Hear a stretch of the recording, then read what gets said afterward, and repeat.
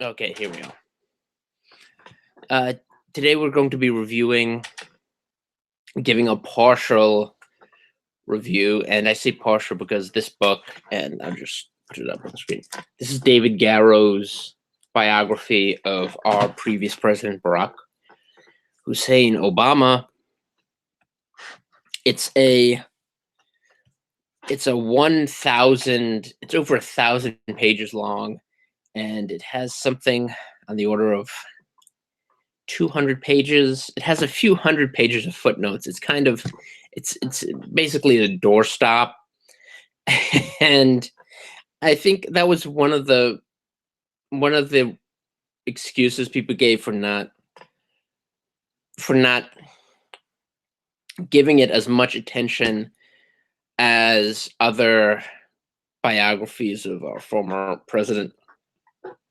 In reality, I think the reason it didn't get that much publicity is because, unlike every other major, widely publicized biography of Barack Obama up to this point, it wasn't a hagiography.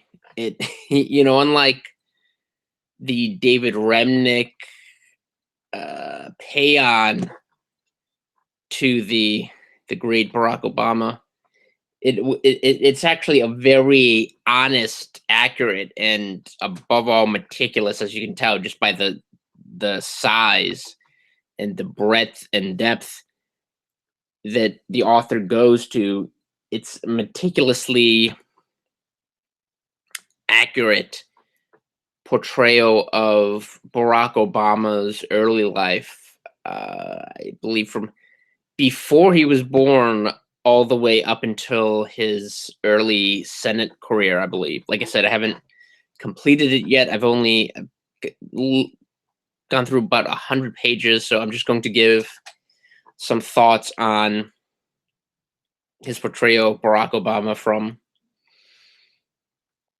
his childhood up until his tenure at Occidental College in California. And like I said, the main reason it wasn't given that much publicity is that it was an accurate portrayal of Barack Obama by a liberal writer, historian. He's a professor of law and history, so he was a distinguished faculty scholar at the University of Pittsburgh School of Law. So he was uniquely suited to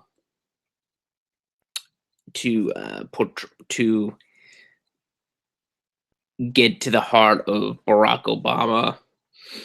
And that was one of the reasons people didn't like this book, especially critics. The superannuated New York Times critic Michio Kakatani,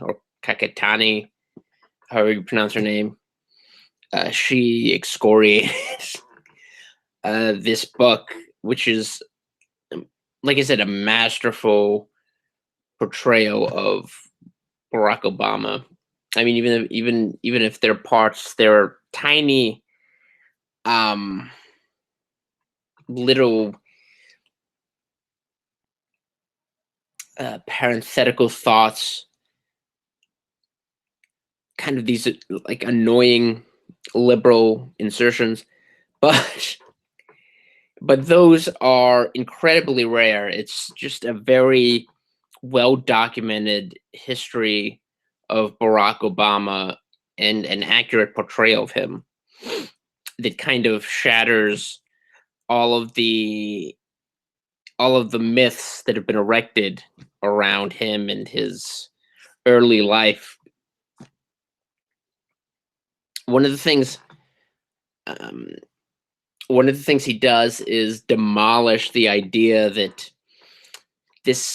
what Barack Obama did. He kind of retconned his early childhood to portray this budding racial consciousness and racial awareness, which did not exist at the time. As Garrow describes in his book,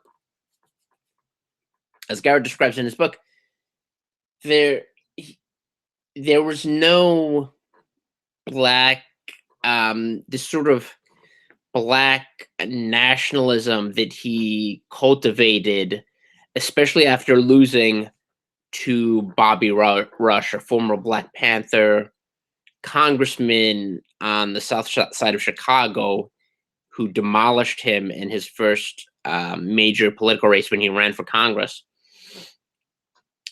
Uh, this kind of attempt to cultivate a black image, which was done because he wasn't viewed, and this is something that Garrow delves into, particularly when he goes to Occidental and he's surrounded by students who come from South Central Los Angeles, black students who have a completely Americanized identity and look at the world from the eyes of black men and women who were raised in the United States. And Obama comes from a completely different world. He was raised partly in Hawaii, but to a large extent in Indonesia by his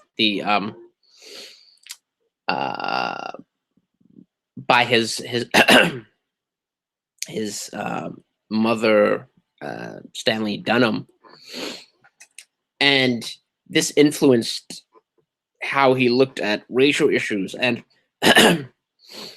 as Garrett describes, he did not have any close relationships with the few black students at Punahou High School or Occidental. He had a much closer relationship with international students because he had this sort of unusual relationship with his racial identity, being a biracial child who was raised by his white grandparents and who didn't know his father, who was a Kenyan polygamist, basically, and who spent virtually no time with him until he was, I want to say, 10 or 11 years old. When he was in elementary school, he came to Hawaii for about 2 months and spent a brief period with him. But other than that, he had no real relationship with his father. And as an aside, something else that Garrow does, and this is one of those moments where he kind of inserts a dig at the INS for trying to deport Barack Obama's Kenyan father, even though this man was a proven liar and polygamist. He was basically committing immigration fraud and helping other people commit immigration fraud by lying about his marital status, by repeatedly lying about his intentions, how long he was going to stay in the United States. And he was supposed to return to Kenya, and he eventually had to return to Kenya because he was pursuing a doctorate at Harvard, which he wasn't academically qualified to matriculate at. And he eventually had to leave because they got word of this and realized that he was a polygamist and a liar, and he was defrauding the American immigration system. And there's also an interesting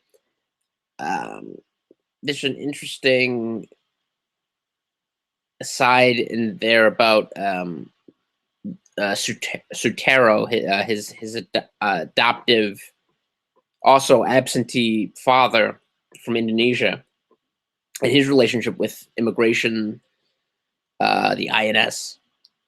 So, I mean, for people who are interested in how we had a president who had an aunt Zaituni, and Obama Onyango, who was an uncle, They were both illegal aliens. One of them was in public housing for years, and the other owned a liquor store and was involved in, I believe it was a DWI. I'm not sure I forget the exact circumstances, but he basically also should have been deported long ago. But if they're wondering how this rather odd series of circumstances occurred, they should read this book. It has a lot of useful information. But but just to get back to the way that Obama retconned this budding racial consciousness and racial identity, Garrow explains how this did not exist because he goes back and he talks to Obama's classmates and his friends, and they all explain how Hawaii basically, excuse me, in Hawaii basically there was no overt discrimination and very little real discrimination against black people, even though they made up a small minority of that state's population. And in fact, and this is another interesting for those who are interested in his relationship with Frank Marshall Davis, a committed communist who appeared before the House. I believe it was the House On-American Activities Committee or a Senate committee, but he was, the FBI had a file on him. He was a communist, and he had a relationship with Barack Obama's grandfather, white grandfather, and eventually had a close relationship with Barack Obama. And he moved to Hawaii because it was so it was so hospitable for Black Americans at that time. And Garrow explains this in his book. The only discrimination there was, to the extent there was racial discrimination, it was practiced against the Haole. I believe that's how you pronounce it. The white,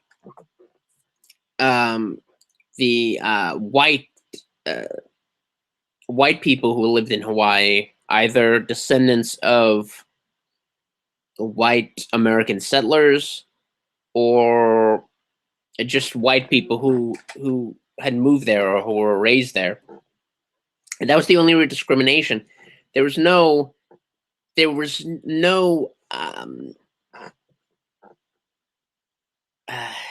civil strife. There was nothing analogous to the 1960s civil rights movement or the racial tensions in the 50s and 60s and 70s in Hawaii. It just didn't exist. And yet Obama created all of these myths in order to bolster his image as the lineal descendant of early civil rights leaders and icons like Martin Luther King and John Lewis and so forth.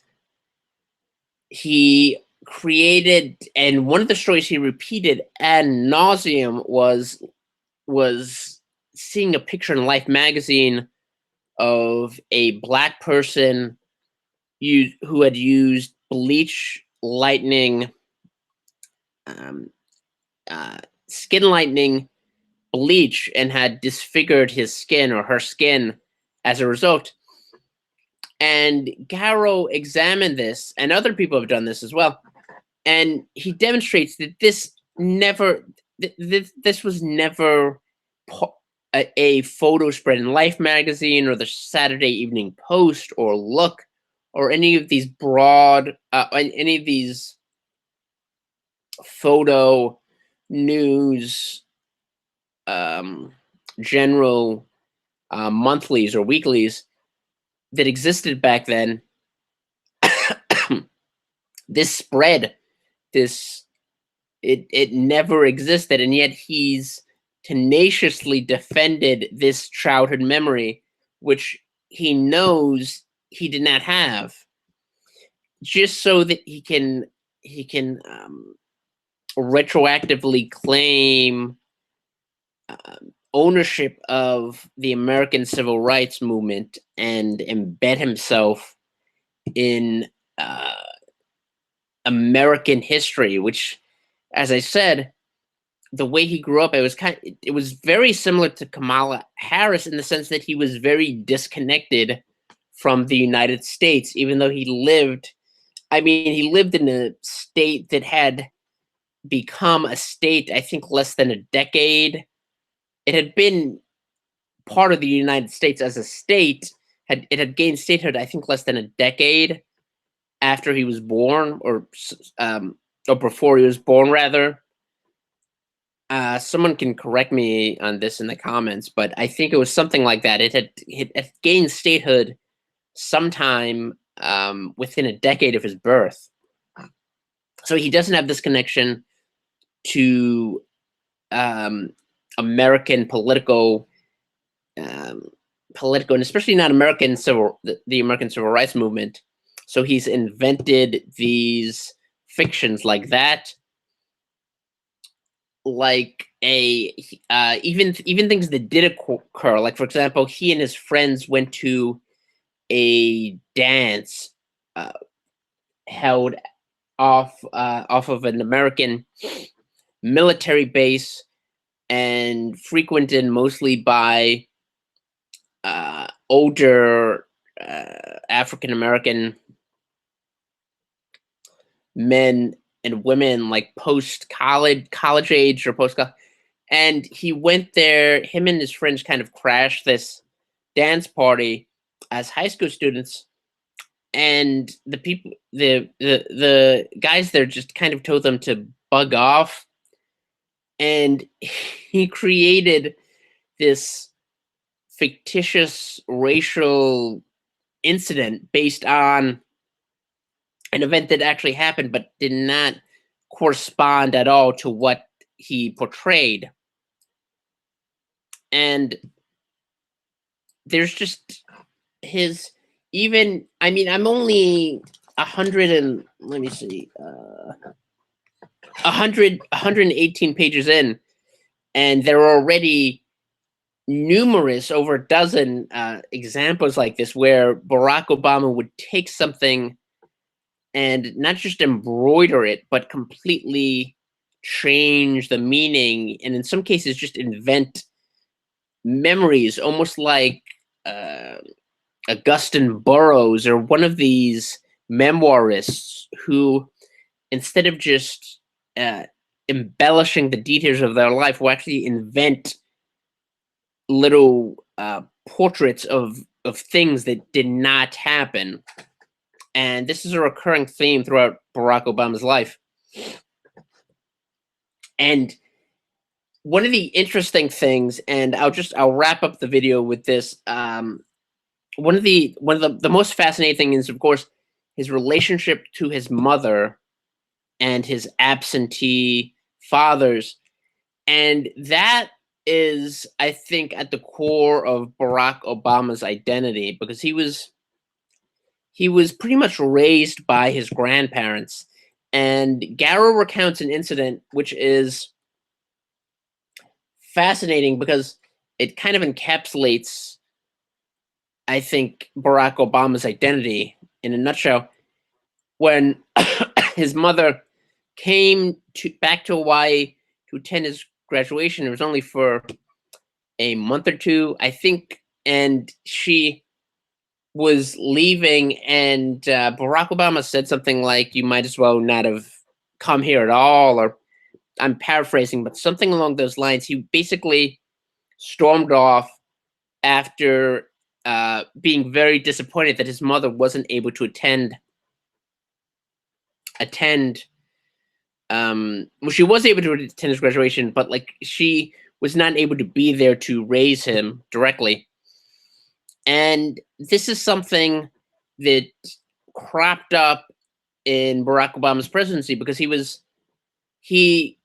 was surrounded by a lot of female figures like Valerie Jarrett and Susan Rice and Samantha Power, who kind of prodded and pushed him into policies which it's a matter of debate whether or not he actually supported them, especially very disastrous foreign policy decisions. So he never had like a real male influence, and even his mother was not there to raise him. So this would crop up throughout his presidency, and uh, someone else mentioned this recently. The fact that he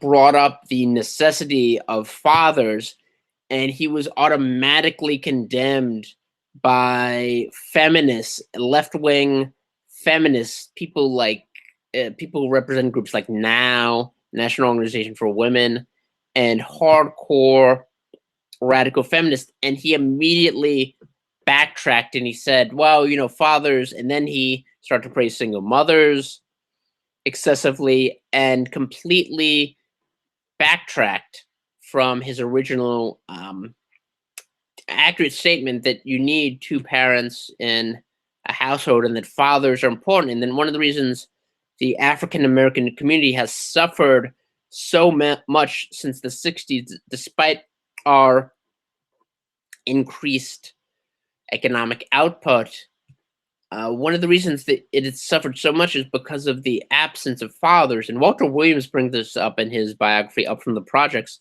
He grew up in a poor single-parent household raised by his mother, but he says most of the people he went to school with and he grew up in a housing project had two-parent families back in the 50s, back before the Civil Rights Revolution and the Sexual Revolution and the 1960s. And Barack Obama was chastised for this, and he immediately backtracked. But if you read David Garrow's biography, you realize that this was an important feature and a defining feature of Barack Obama's character. The fact that he did not have a father, and even his mother wasn't really there to raise him. So I'm just going to wrap it up on that note. I'm probably going to go back to this when I complete the biography, which is probably going to be a long time from now, because as I said, this is a doorstop. It's just, it's a gigantic, massive biography, but it's worth reading because it's the only accurate, meticulous, and fair portrait of Barack Obama. The only it's not a hagiography, and on the other hand, it's not written from the standpoint of attacking him. I mean, there's some good, like James Delingpo wrote a kind of a funny book about not Barack Obama specifically, but Barack Obama's politics. I think it was called "Welcome to Obamaland" or something. The future's something like that. But there have been other books attacking him, but mostly just books by people like Remnick and bootlickers, basically. But this is the only like really accurate, fair, and very comprehensive portrayal. As I said, it's huge. The first 50 pages aren't even about Barack Obama. It's about the south side of Chicago, and you're reading and reading, and you're wondering, where does he come into it? I mean, there are biographies of Napoleon that don't start with Napoleon Bonaparte, but they at least talk about his father and his role in the Corsican fight for independence. But I mean, it finally ends without mentioning Barack Obama, but and mentions a position that he'll fill. And it's a good background for people who want to learn more about the Saul Alinsky and Acorn and the role that quote unquote community organizers have in expanding government. And it's kind of a fair portrayal of community activism. But like I said, for the first 50 pages, it doesn't even mention Barack Obama. So, so it'll be a while before I finish this. So I'll probably come back to this in the future. But that's just my initial thoughts of what I've read so far. I would definitely recommend it. I took it out from the library. You might want to do that or purchase it if you have the cash. Buy it and send it to one of your relatives that give them a Christmas present. And an accurate portrayal of their favorite occupant of the White House. All right, that's it.